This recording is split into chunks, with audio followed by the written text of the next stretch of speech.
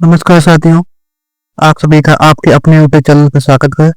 मैं सचिन गुप्ता आप सभी का स्वागत करता हूं। आज हम लोग अपने बिहार स्पेशल के ज्योग्राफी के पार्ट 3 को कंप्लीट करेंगे। इससे पहले हमने बिहार के ज्योग्राफी को पार्ट 1 और पार्ट 2 में कवर किया था। जिन लोगों ने उन पार्ट को नहीं देखा है वो लोग हमारे चैनल पर जाके प्ले लिस्ट में उनको एक्सेस कर सकते हैं। इसके साथ साथ ही मैंने आपके लिए बिहार के इतिहास के बारे में बहुत ही महत्वपूर्ण क्वेश्चंस की श्रृंखला को आरंभ किया था, जिसमें हमने 3 पार्ट में लगभग सारे सवाल जो बिहार के इतिहास से संबंधित महत्वपूर्ण हो सकते थे उनको कवर किया था। जिन लोगों ने उस श्रृंखला को नहीं देखा है वो लोग हमारे चैनल पर विजिट करके देख सकते हैं। आज हम लोग बिहार का अंतिम भाग ज्योग्राफी सेक्शन का कवर करेंगे। चलिए बिना किसी देरी के हम लोग शुरुआत करते हैं। और सवाल नंबर 15 तक हमने पार्ट 2 में आपको कवर करा दिया था। आज हम 15 से आगे पार्ट नंबर 3 में कवर करते हैं। चलिए शुरुआत करते हैं। आप लोगों को निवेदन है आप हमारे चैनल को सब्सक्राइब करिए, वीडियो को लाइक करिए तथा शेयर करिए। धन्यवाद। बिना किसी देरी की शुरुआत करते हैं। आज का पहला सवाल है कि बिहार में जूट का उत्पादन हमको कहाँ दिखाई पड़ता है? बताइए, बिहार में जूट का उत्पादन कहाँ दिखाई पड़ता है? आपके ऑप्शन दिए गए हैं यहाँ पे बच्चों। गंगा का उत्तरी मैदान, गंगा का दक्षिणी मैदान, छोटा नागपुर पठार और उपरोक्त सभी। तो बताइए बच्चों, कहाँ पर हमें गंगा जूट का उत्पादन बिहार में दिखाई पड़ता है? तो बच्चों आपके ऑप्शन में से सही उत्तर है आपका गंगा का उत्तरी मैदान, यानी गंगा के उत्तरी मैदान में हमको जूट का उत्पादन बिहार में दिखाई पड़ता है। मान लेते हैं गंगा का उत्तरी मैदान है। ठीक है बच्चों, ये क्षेत्र गंगा का उत्तरी मैदान है। कौन सा? ये वाला है दक्षिणी मैदान, ये बिहार का पठारी क्षेत्र है। ठीक है बच्चों, जो उत्तरी मैदान है इसमें यहाँ पे हमको किशनगंज, पूर्णिया जो जिले है ना बच्चों, कटिहार, पूर्णिया, किशनगंज, इन जिलों में हमको जूट की खेती दिखाई पड़ती है। कहाँ का बच्चों? किशनगंज, पूर्णिया और कटिहार, ये जो 3 जिले हैं यहाँ पे मुख्यतः जूट की खेती की जाती है। ठीक है बच्चों, और ये जो जिले पड़ते हैं बिहार के उत्तरी भाग में है। यहाँ पे ये उत्तरी गंगा का मैदान होगा जहाँ हमको ये जूट का उत्पादन दिखाई पड़ता है। समझ आ गया आप लोगों को? चलिए दूसरा सवाल नंबर आज का देखते हैं हम लोग। और सवाल नंबर 2 कह रहा है कि बिहार में किस नदी पर जल विद्युत परियोजना स्थित है? ध्यान से पढ़िए सवाल को कि किस नदी पर बिहार में जल विद्युत परियोजना, मतलब जहाँ से कौन सी परियोजना है जहाँ से हम लोग बिजली बनाते हैं। बच्चों बिहार की कौन सी नदी है जिसपे हम लोग बिजली बनाते हैं? ऐसे आंसर, मतलब ये समझ वाला आंसर ये होगा कि किस नदी पर बिहार की जल विद्युत परियोजना मतलब बिजली बनाने की परियोजना स्थित है। तो बच्चों आपके ऑप्शन से दिए गए हैं यहाँ पे सोन नदी, गंडक नदी, कोसी नदी और इनमें से कोई नहीं। तो बच्चों इसका सही उत्तर हो जाएगा हमारा सोन नदी। क्या है? सोन नदी बिहार की सोन नदी है जो कि बिहार की दक्षिणी गंगा के मैदान की नदी है। वहां पर हमको जल विद्युत परियोजना दिखाई पड़ती है। बिहार में सोन नदी पर डेरी ऑन सोन, ठीक है बच्चों, एक प्लेस है डेरी ऑन सोन में जल विद्युत परियोजना स्थापित की गई है। क्लियर है बच्चों? याद कर लेना आपको। चलिए कमेंट में लिखिए कि कंडल नदी से कौन कौन सी 3 नहरें निकलती हैं। बच्चों मैंने आपके पार्ट 2 में ये वाला कवर कराया डिटेल में कि गंडक नदी से 3 नहरें निकलती हैं। उन तीनों के नाम आप लोग कमेंट में लिखिए, क्या नाम थे उन तीनों का। ध्यान से लिखिए जिनको पता है, और जिन लोगों ने नहीं देखा है वो हमारे लेक्चर को वापस जाकर देख सकते हैं। ठीक है बच्चों, चलिए आगे बढ़ते हैं और सवाल नंबर 18 को देखते हैं कि बिहार में तराई क्षेत्र किस जिले में पाया जाता है? ध्यान से समझिए सवाल को कि बिहार में तराई क्षेत्र किस जिले में पाया जाता है। ठीक है बच्चों, आपके ऑप्शन है गया, रोहतास, पश्चिम चंपारण और मुंगेर। गया, रोहतास, पश्चिम चंपारण और मुंगेर। सवाल आपका है बिहार में तराई क्षेत्र किस जिले में पाया जाता है? तो सबसे पहले आपको पता होना चाहिए तराई क्षेत्र कौन सा है। तो मान लेते हैं ये बिहार का मैप है। ठीक है बच्चों, जो एरिया है जो नेपाल की बॉर्डर से लगा हुआ जितना एरिया है हमारा बिहार का, उसको हम लोग कहते हैं तराई क्षेत्र। क्या कहते हैं बच्चों? तराई क्षेत्र। और इसी तराई क्षेत्र के जो जिले हैं उनमें से एक जिला है इन ऑप्शंस में। तो बच्चों वो कौन सा जिला है? पश्चिम चंपारण। यानी बिहार के पश्चिम चंपारण जिले में हमको तराई क्षेत्र दिखाई पड़ता है। ठीक है बच्चों, तराई क्षेत्र के अन्य जिले देखें तो जितने भी बॉर्डर एरिया जो नेपाल के साथ लग रहे हैं वो सभी बच्चों क्या है? तराई क्षेत्र है। क्या है बच्चों? तराई क्षेत्र है जितने भी जिले हमारे बिहार से लग रहे हैं। ठीक है बच्चों, चलिए एक बार दोबारा से देखते हैं उन सभी सवालों को। एक मिनट बच्चों, पीडीएफ दोबारा से शुरू हो गई है, एक मिनट रुकना, मैं आपको वहीं तक लाता हूँ। हाँ, हम लोग यहाँ पे थे कि तराई क्षेत्र में कौन सा जिला शामिल है। तो बच्चों कौन सा जिला शामिल है? पश्चिम चंपारण। ठीक है बच्चों, ये एक तो कौन सा जिला? पश्चिमी चंपारण। फिर इसके बाद पूर्वी चंपारण। ठीक है बच्चों, सीतामढ़ी, सुपौल, किशनगंज, मतलब जो भी एरिया नेपाल के बॉर्डर से लग रहे हैं बिहार के डिस्ट्रिक्ट, वो सभी किसके क्षेत्र है? तो तराई क्षेत्र का। क्लियर हुआ कि तराई क्षेत्र में कौन कौन से जिले शामिल है? और इसमें तो ऑप्शन है आपका पश्चिमी चंपारण। ठीक है, तो तराई क्षेत्र नेपाल की सीमा से लगे हुए जिलों में पाया जाता है। इसमें पश्चिमी चंपारण, पूर्वी चंपारण, सीतामढ़ी, मधुबनी आदि मुख्य जिले शामिल है टोटल। ठीक है बच्चों, 7 जिले हैं टोटल जो शामिल है तराई क्षेत्र में। इनका नाम कमेंट डाउन करिए आप लोग, जिससे आपको भी याद हो जाएंगे। सवाल नंबर हमारा 19 कि वाल्मीकि टाइगर रिजर्व बिहार के किस जिले में स्थित है? वाल्मीकि टाइगर रिजर्व बिहार के किस जिले में स्थित है? आपके ऑप्शन है बच्चों पश्चिम चंपारण, पूर्वी चंपारण, किशनगंज और मुंगेर। चलिए बताइए कि वाल्मीकि टाइगर रिजर्व बिहार के किस जिले में स्थित है? पश्चिम चंपारण, पूर्वी चंपारण, किशनगंज और मुंगेर। तो बच्चों आपको पता है कि बिहार में सिर्फ एक ही टाइगर रिजर्व है। कितने टाइगर रिजर्व बच्चों? एक। उसका नाम ही है, यही जो पूछा गया है आपका, वाल्मीकि नगर टाइगर रिजर्व। और बिहार में एक ही बच्चों नेशनल पार्क है, जो कि मैंने आपको पढ़ाया था। क्या पढ़ाया था बच्चों? कौन सा नाम है उसका? उसका भी नाम है Valmiki Nagar national park. Clear है? तो ये मैंने आपको पढ़ाया था बच्चों पश्चिम चंपारण जिले में। तो अब लोग समझिए कि वाल्मीकि नगर नेशनल पार्क का ही एक भाग है बच्चों वाल्मीकि नगर टाइगर रिजर्व। ठीक है बच्चों, तो ये भी कहाँ हो जाएगा हमारा? पश्चिमी चंपारण में। कहाँ हो जाएगा बच्चों? पश्चिमी चंपारण में। क्लियर है? याद कर लेना है आपको कि बिहार में सिर्फ एक ही नेशनल पार्क है और एक ही टाइगर रिजर्व है, और दोनों एक ही जिला में है और नाम भी एक ही है। वो जिला है बच्चों पश्चिमी चंपारण और नाम है वाल्मीकि नगर टाइगर रिजर्व या नेशनल पार्क। क्लियर हुआ? ठीक है बच्चों, चलिए सवाल नंबर अगला देखते हैं हम लोग। अभ्रक यानी माइका बिहार के किस जिले में पाया जाता है? तो और ऑप्शन है आपके यहाँ पे गया, रोहतास और मैसूर, कैमूर, रोहतास और कैमूर, पटना, वैशाली, भागलपुर और मुंगेर। बताइए बिहार के किस जिले में अभ्रक यानी माइका दिखाई पड़ता है? बच्चों जो खनिज है ना, वो उससे सवाल पूछा ही जाता है कि कौन सा खनिज किस जिले में मिलता है। ठीक है बच्चों, तो ये सारे खनिज जो मैंने आपको अभी तक पढ़ा दिए हैं अलग अलग सेगमेंट में, अलग अलग पार्ट में, उन सभी को आपको एक जगह इकट्ठा कर लेना है। ठीक है, इकट्ठा करके एक लिस्ट बना लेनी है कि ये वाला खनिज यहाँ मिलता है, ये वाला खनिज यहाँ मिलता है, ये वाला खनिज यहाँ मिलता है। इससे आपको पढ़ने में आसानी हो जाएगी और लास्ट टाइम रिवीजन करने में भी बहुत सहायता होगी। तो जो अभ्रक है ये हमको गया और नवादा जिले में दिखाई पड़ता है। कहाँ दिखाई पड़ता है बच्चों? गया और नवादा जिले में। इससे पहले मैंने आपको बहुत सारे खनिज पढ़ाए थे, जिनमें चूना पत्थर, लोहा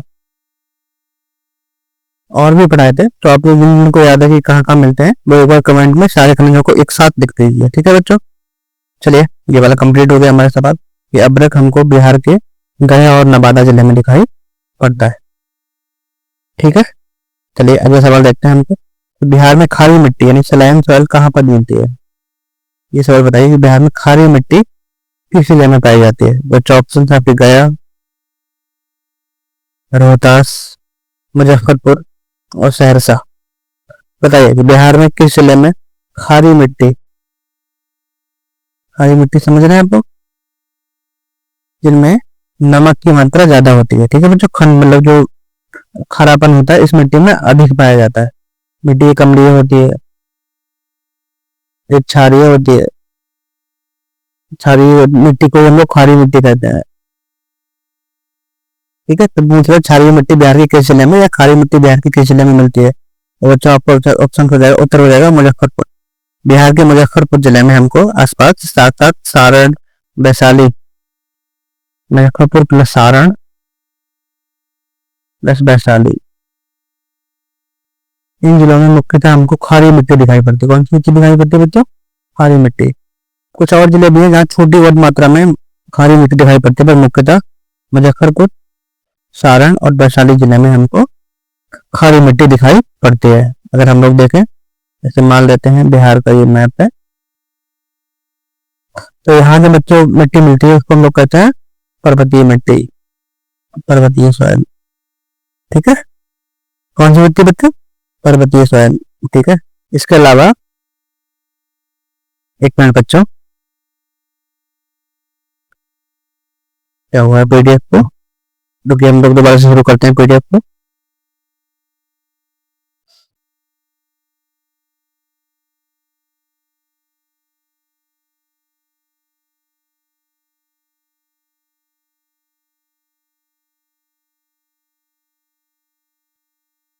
हाँ, तो जो बिहार के मुजफ्फरपुर, सारण और वैशाली जिले में हमको ये वाली मिट्टी दिखाई पड़ती है। ठीक है बच्चों, ये अगर हम मैप देखें बिहार का, जैसे ये मैप है बिहार का, तो बच्चों यहाँ पे हमें मिट्टी दिखाई पड़ती है पर्वतीय मिट्टी। यहाँ पे जो मिट्टी बच्चों है आसपास के एरिया में हम कहते हैं बांगर। ये मिट्टी बच्चों खादर। ये है बच्चों रेड येलो सॉइल। और यहाँ पे बच्चों हमको दिखाई पड़ती है कैराल, कैवाल सॉइल।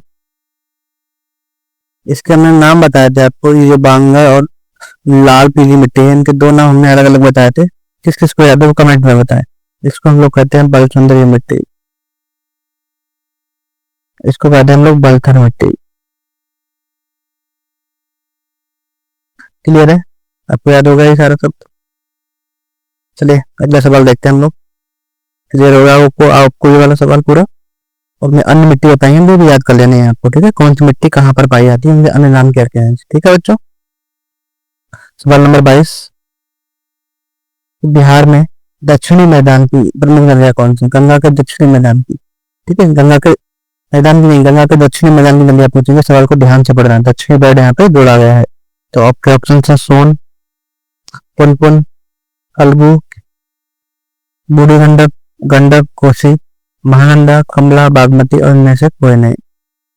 जब मैंने आपको एक बार नदी चंद्र का आंकलन पढ़ाया था बिहार का पूरा मैप में बना के, तो मैंने आपको बताया था कि कौन सी नदी गंगा में आके कहाँ से मिलती है, ये पूरा मैप बनाया था। पिछला वाला लेक्चर आप देखिए, ध्यान से रिकॉल करिए।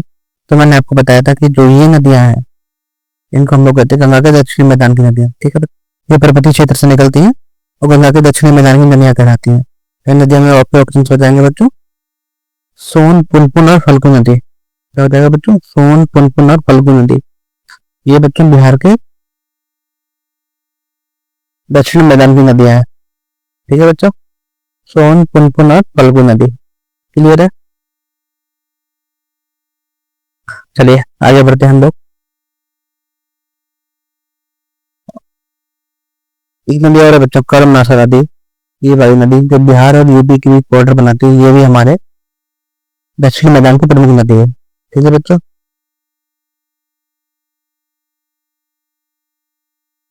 ये यूपी और बिहार के बीच की सीमा भी बनाती है। कौन सी नदी? कर्मनाशा नदी। एक नदी और बताई थी मैंने जो कि बॉर्डर बनाती है यूपी और बिहार का, गंडक नदी।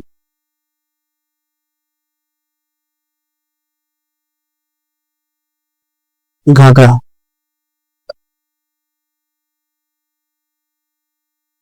चलिए आगे बढ़ते हैं और बताइए कि अगला सवाल हमारा,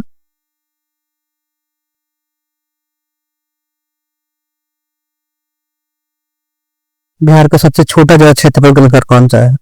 बताइए, आप लोग बताइए, बिहार का सबसे छोटा जिला क्षेत्रफल के हिसाब से कौन सा है? टर्म बड़ी ध्यान रखना, क्षेत्रों के हिसाब से पूछा जाएगा। ठीक है, तो आपके ऑप्शन है यहाँ पे शिवहर, अरवल, शेखपुरा और जहानाबाद। बताइए कौन सा ऑप्शन होगा आपका जो बिहार का सबसे छोटा जिला बनाता है? तो बच्चों आपका ऑप्शन यहाँ पे सही है, शेखपुरा। क्या है बच्चों? शिवहर है, सॉरी बच्चों, शिवहर। जो बच्चों शेखपुरा है वो, मैंने आपको बता दिया, शेखपुरा निकल गया मुझसे। वो बच्चों जनसंख्या के हिसाब से सबसे छोटा जिला है। मैं आपको बात बताता हूँ, पूरा ध्यान से पढ़िए। जो बच्चों एरिया के हिसाब से सबसे छोटा जिला है बिहार का, वो कौन सा? शिवहर। उसके बाद कौन सा है बच्चों? अरवल और शेखपुरा। ये तीन जिले हैं, ये बिहार के सबसे छोटे हैं क्षेत्रफल के हिसाब से, और क्षेत्रफल के हिसाब से सबसे बड़े जिला बच्चा पूछा जाए तो पश्चिमी चंपारण और गया। ठीक है, याद हो गया आपको।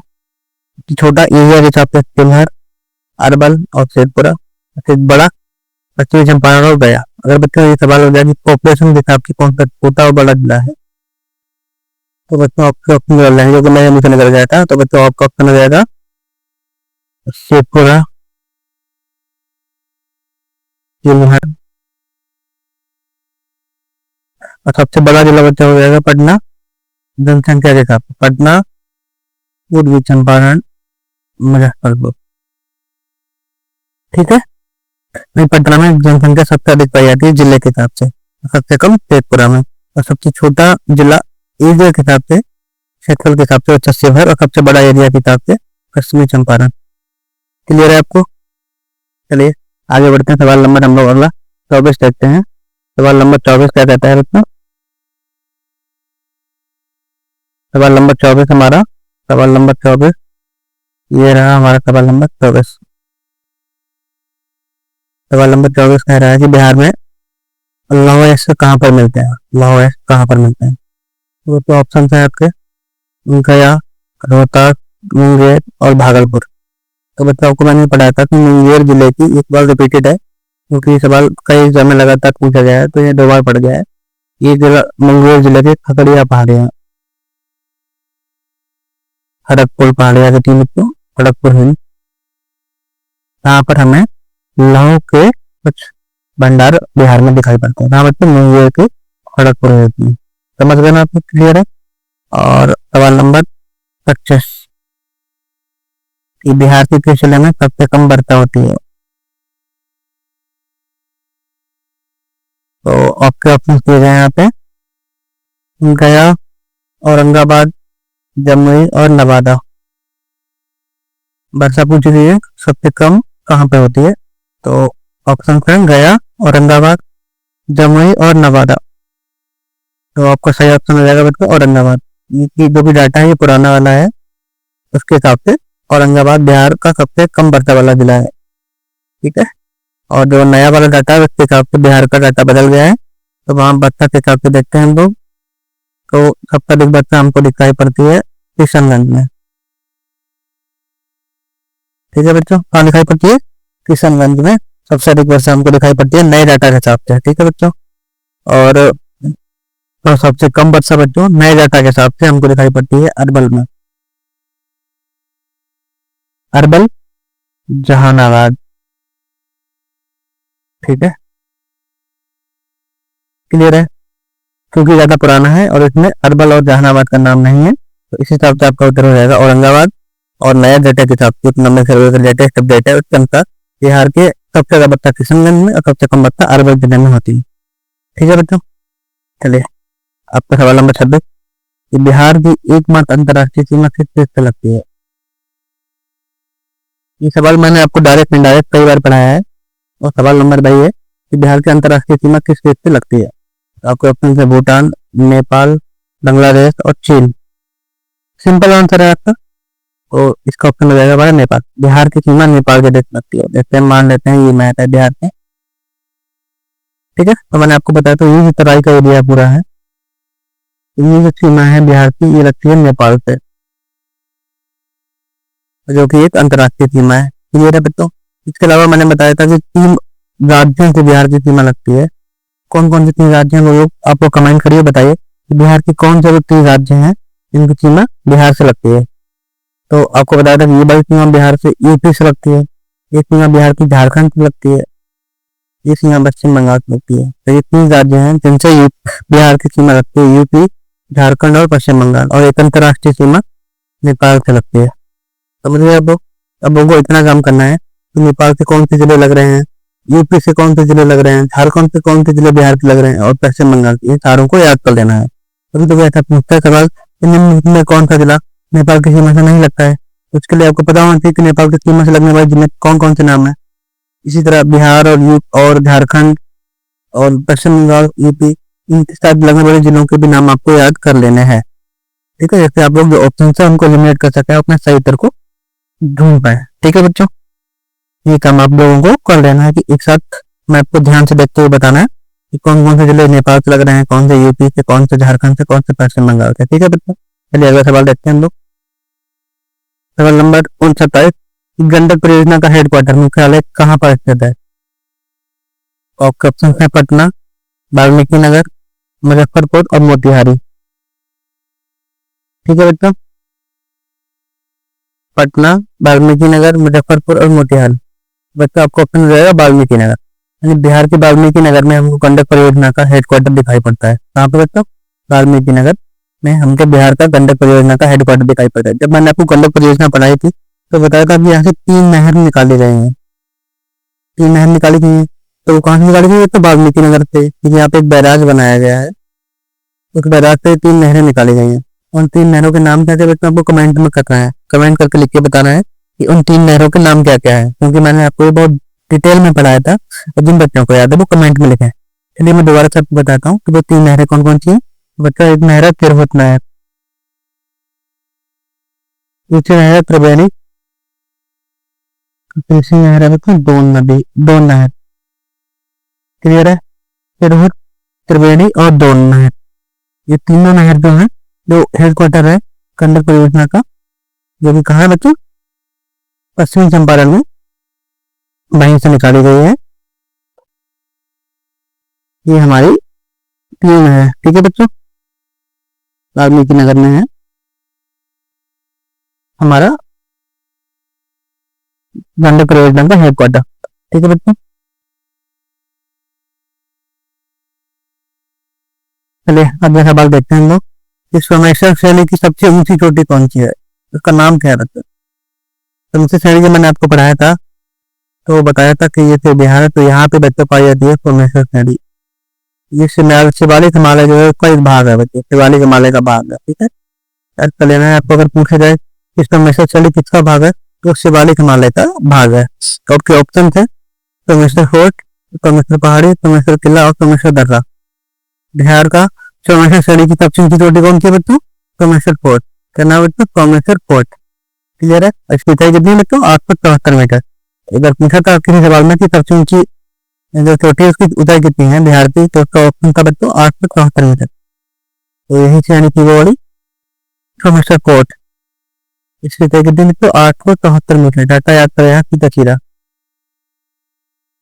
ठीक है, 874 मीटर। सिंपल है, डाटा आपको एक बार याद कर लेना सीधा सीधा, क्योंकि ये डायरेक्ट से पूछा जाएगा इस ऊंचाई कितनी है। ठीक है, अगला सवाल हमारा है कि बिहार में डोलोमाइट किस जिले में पाया जाता है? बिहार में डोलोमाइट किस जिले में पाया जाता है? तो आपके ऑप्शन से मतलब रोहतास, मुंगेर, गया और नवादा। बताइए बिहार में रोहतास, मुंगेर, गया, नवादा किस जिले में डोलोमाइट दिखाई पड़ते हैं? तो बच्चों आपका ऑप्शन हो जाएगा यहाँ पे रोहतास जिला। बिहार के रोहतास जिले में हमको डोलोमाइट दिखाई पड़ता है। कहाँ पे बच्चों? रोहतास जिला में। क्लियर है बच्चों? रोहतास जिले में कौन कौन से खनिज मिलते हैं एक बार सारे लोग एक बार सब कमेंट करके लिखिए कि रोहतास जिले में कौन कौन से खनिज मिलते हैं। जैसे चूना पत्थर मैंने आपको बताया था रोहतास जिले में मिलता है। इसी के साथ साथ और कौन से खनिज थे जो हमने पढ़ाए थे आपको कि वो रोहतास जिले में दिखाई पड़ते हैं। एक साथ कमेंट करके लिखिए जिससे आप लोगों को याद हो जाए और जो बच्चे कमेंट देखे उनको भी एक बार में याद हो जाए। चलिए अगला सवाल हम लोग देखते हैं कि बिहार में मैग्नीज किस जिले में पाया जाता है? क्या बच्चों? मैग्नीज। ये सारे खनिज आपको एक साथ किसी एक जगह पे लिख देने हैं ढूंढ ढूंढ के, जो मैंने आपको सारे पढ़ाए हैं अलग अलग तरह से, जिससे आपको पढ़ने में आसानी हो जाए। तो आपके ऑप्शन थे यहाँ पे पटना, गया, मुंगेर और उपरोक्त सभी। बताइए क्या होगा आपका ऑप्शन? पटना, मुंगेर, गया, उपरोक्त सभी। तो बच्चों आपका ऑप्शन हो जाएगा उत्तर उपरोक्त सभी, यानी ऑल ऑफ द एबव। इन सभी जिलों में हमको मैग्नीज के भंडार थोड़े बहुत सीमित मात्रा में बिहार में देखने को मिलते हैं। कहाँ पर बच्चों? पटना, गया और मुंगेर में। समझ गए आपको? चलिए आगे बढ़ते हैं हम लोग। सवाल नंबर है हमारा 31 और सवाल नंबर 31 कह रहा है कि गंगा नदी बिहार को कितने भागों में विभाजित करती है? ध्यान से पढ़िए सवाल को, बताइए गंगा नदी बिहार को कितने भागों में विभाजित करते हैं? और आपके ऑप्शन है 2, 3, 4 और 5। ये बड़ा सवाल मैंने आपको बहुत बार मैप में डायरेक्ट नहीं इनडायरेक्ट रूप से पढ़ाया है। इनको मैप याद होगा तो वो बता पाएंगे कि गंगा नदी बिहार को कितने भागों में विभाजित करती है। तो बच्चों इसका ऑप्शन हो जाएगा दो। गंगा नदी बिहार को दो भागों में विभाजित करती है, उत्तरी बिहार और दक्षिण बिहार। ठीक है बच्चों, जैसे मान लेते हैं ये बिहार का मैप है। तो बच्चों जो ये एरिया है गंगा नदी की निकलती है, यहाँ से गंगा नदी है, तो ये हम बिहार को दो भागों में डिवाइड करती है, गंगा का उत्तरी मैदान, गंगा का दक्षिण मैदान। ठीक है, तो का ऑप्शन हो जाएगा दो। समझ रहे आप लोग? सिंपल सवाल था। सवाल नंबर हम लोग देखते हैं, सवाल नंबर 32। बताइए, सवाल नंबर 32 है कि भीमबांध वन्यजीव अभ्यारण्य बिहार के किस जिले में स्थित है? भीमबांध वन्यजीव अभ्यारण्य बताइए, मुंगेर, जमुई, गया और नवादा कि बिहार के किस जिले में भीमबांध वन्यजीव अभ्यारण्य स्थित है?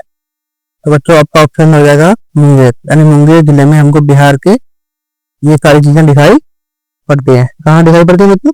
मुंगेर जिला में। ठीक है बच्चों, चलिए हम लोग आगे बढ़ते हैं और कुछ अन्य वन्यजीव अभ्यारण्य जो वाइल्ड लाइफ सेंचुरी उनको देख लेते हैं। जैसे बच्चों ये वाले देखिए आप लोग, राजगीर वाइल्ड लाइफ सेंचुरी, ये कहाँ है बच्चों? नालंदा में। कहाँ है बच्चों? नालंदा में। इसके अलावा गौतम बुद्ध पक्षी अभ्यारण्य बर्ड सेंचुरी ये बच्चों कहाँ है? गया में। ठीक है, रजौली वाइल्ड लाइफ सेंचुरी ये बच्चों कहाँ है? नवादा में। नागी और नकटी वाइल्ड लाइफ सेंचुरी ये बच्चों कहाँ है? जमुई जिला में। याद हुआ आपको? ये सारी और याद कर लेनी है, राजगीर, गौतम बुद्ध, रजौली और नागी और नकटी। अभी इन बार मैंने आपको पढ़ाई दी थी। ये कहाँ बच्चों? मुंगेर जिला में है। और ये अपने गर्म झरनों के लिए प्रसिद्ध है। किसके लिए प्रसिद्ध है बच्चों? गर्म झरनों के लिए। ठीक है बच्चों, क्लियर है?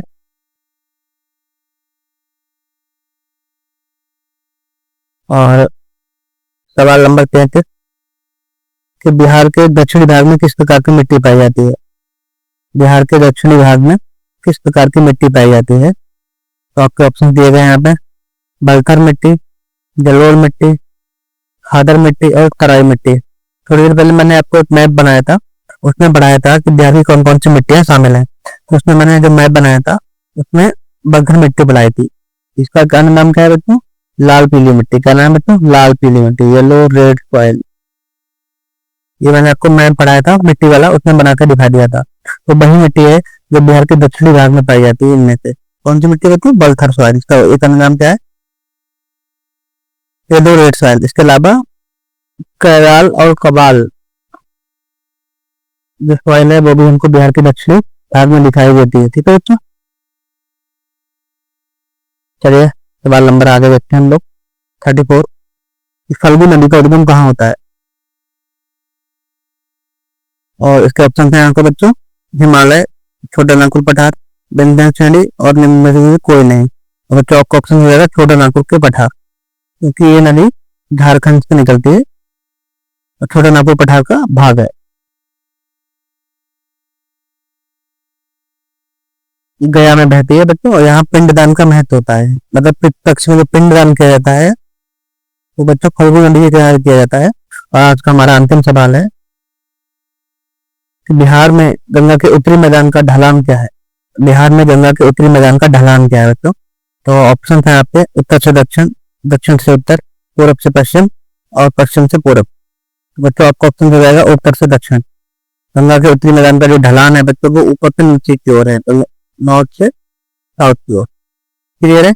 ये हमने आपको पूरा सीरीज करा दिया है ज्योग्राफी वाला। अगले सीरीज में हम लोग यहाँ का कोई अन्य टॉपिक को डिस्कस करेंगे। धन्यवाद।